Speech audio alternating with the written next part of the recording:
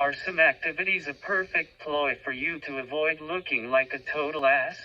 Well, watch and find out.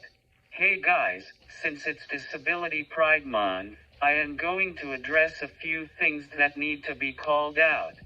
First up is the notion of hanging out together at things without the necessity of actually engaging with me. For years, people have suggested activities such as going to movies, church services, running races, etc. that require minimum engagement.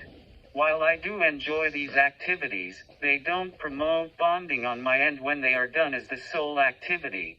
I recognize that it might sound harsh and ungrateful, but I want you to flip the script for a second and imagine not being able to engage in chat while running, walking into a movie theater, or a church gathering. You would literally feel like you were on a leash with limited avenues to communicate, with this being the main activity that this particular person is willing to do with you.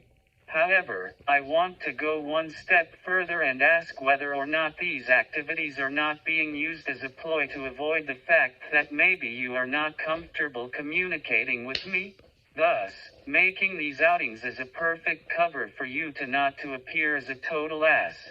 You might be thinking to yourself, well, you have no idea what a person's motive is. While this is true, I can say for a fact that if you were in my shoes, you would be saying the same thing. After all, watching movies with people in theaters, running alongside people in races, or sitting beside someone in a pew is not what bonds people to each other. It is the interaction with these same individuals in other settings that bonds you together. If the prior was true, we would literally be bonded with everyone, and that is not how society works. So if you have expressed or are thinking about expressing any interest in doing a 5K, inviting me to watch a movie or attend a religious service, etc., and if that's all that is as far as you want to go, then please do me a favor. Just buzz off, because that kind of behavior is very toxic to the disability community and me.